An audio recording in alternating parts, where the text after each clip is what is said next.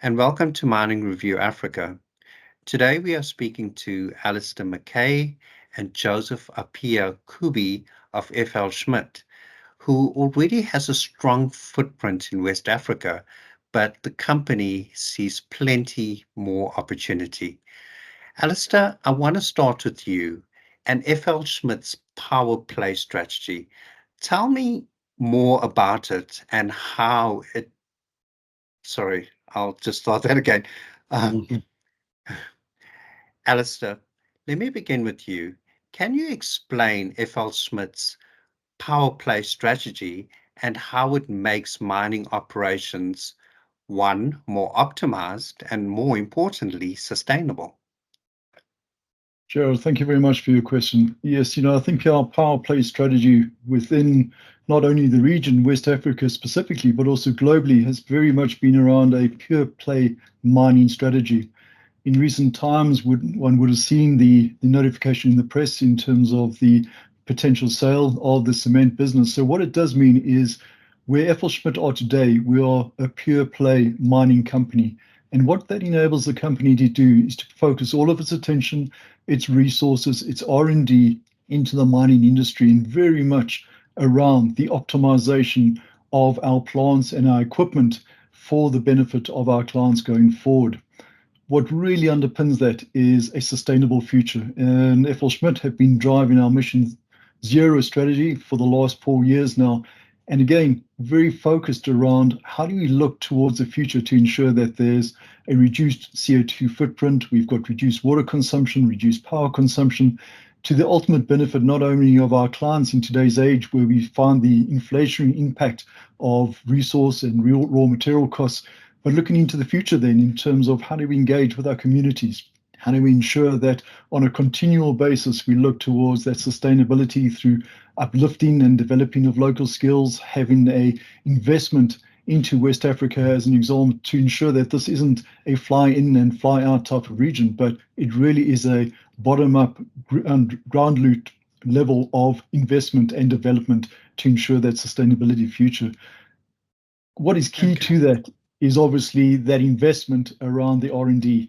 Without that investment and without looking towards the future around new technology, it makes it very difficult to significantly reduce those impacts in terms of the environmental, sustainable type of initiatives. So our focus is really around growing technology, growing the R&D in that technology, not only in new capital investments, but also in the existing brownfields investments, where there are many across that region in West Africa where we have a presence, and ensuring that on a continual basis we're looking towards asset health, asset optimization, and how we continually can improve the optimization of our assets within our clients' operations.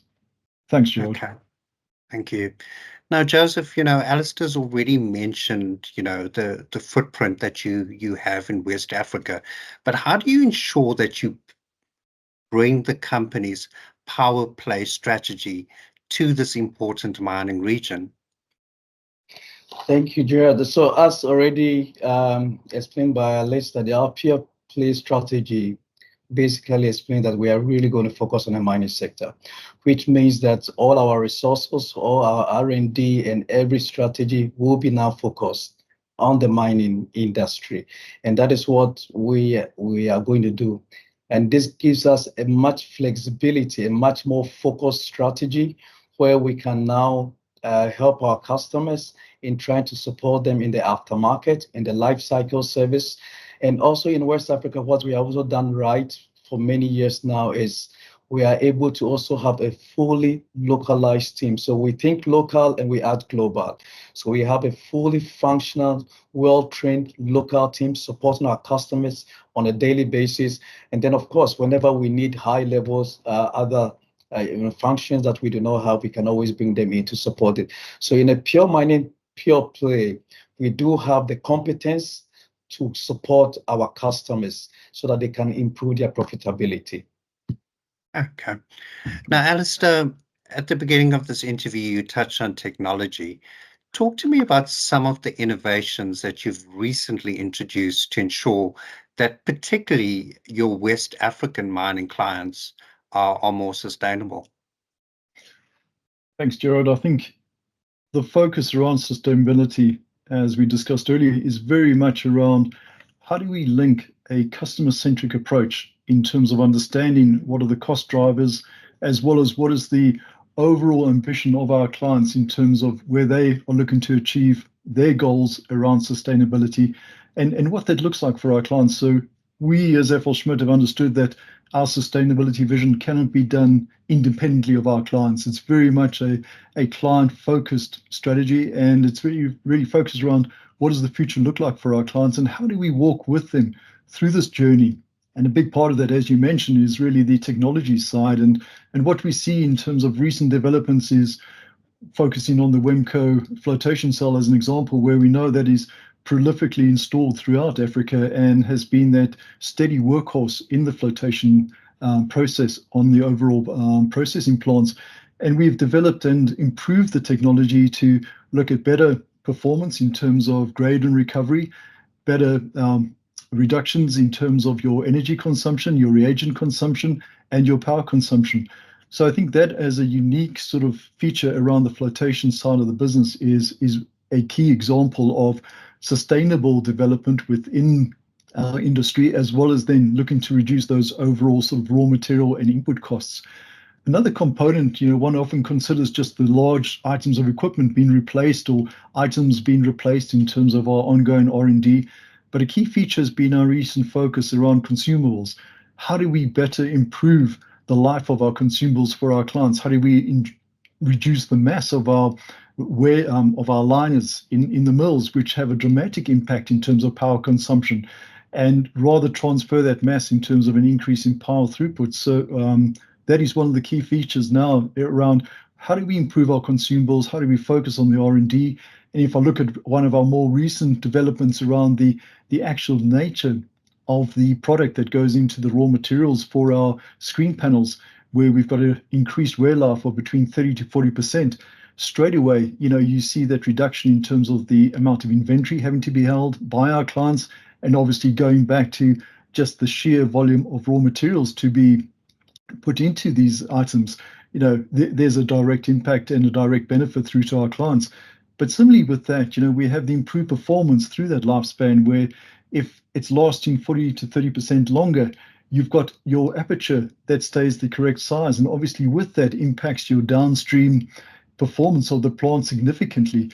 So in answering your question, Jared, it really is around R&D that focuses on the actual item of equipment, making sure that whatever we're looking to improve can utilize and maximize whatever is installed currently and just have minor modifications to improve that performance. And then on the back end of that, on the consumable side, what are we doing to ensure that those items that are constantly in touch and engaging with the ore is maximized in terms of lifespan, in terms of operating performance and the like. So really an all-encompassing sort of focus around the full life cycle of our items of equipment that are installed. Right stuff. Thank you, Alistair. Finally, Joseph, you've already got an established footprint in West Africa. In Ghana, you have the sales, you have the support, you have a localized workforce. But what is the company's future plans for the region?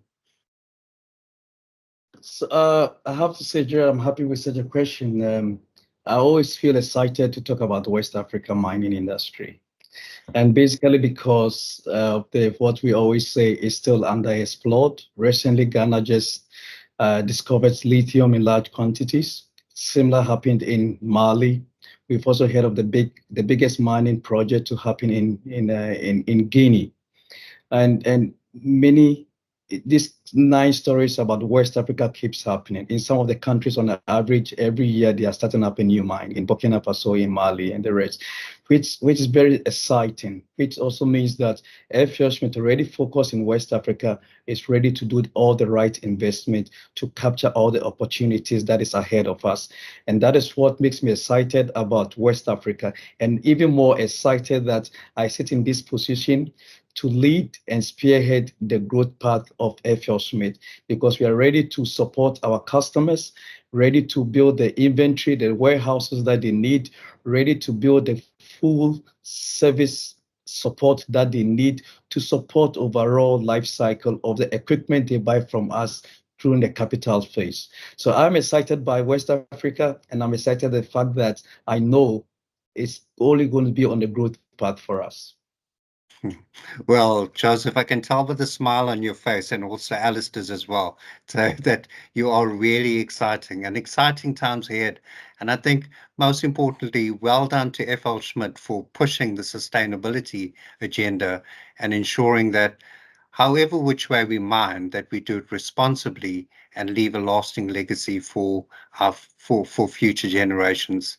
Alistair McKay, Joseph Appiah Kubi of FlSmidth, thank you very much for joining us on Mining Review Africa today. Thank you, Gerald.